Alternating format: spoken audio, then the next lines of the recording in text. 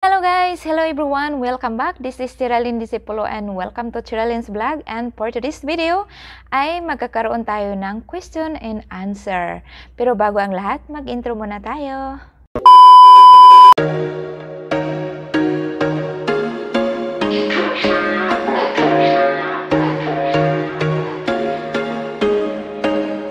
So ayan, welcome back. This is Tiralyn once again and mag-question and answer tayo about myself lang naman guys. So, ang aking question and answer for today's video is number one. Number one is, anong pinakaayaw ko sa isang tao or sa isang lalaki?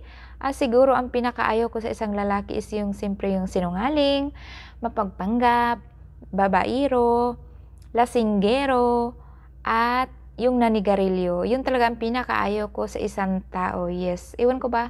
Basta, hindi ako maarte pero pagdating sa mga ganyang bagay, parang, basta, ayaw ko. Sorry guys.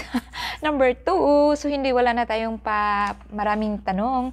So number 2, ano ang pinakagusto ko sa isang tao? Siyempre, ang pinakagusto ko sa isang tao is yung ma-effort siya.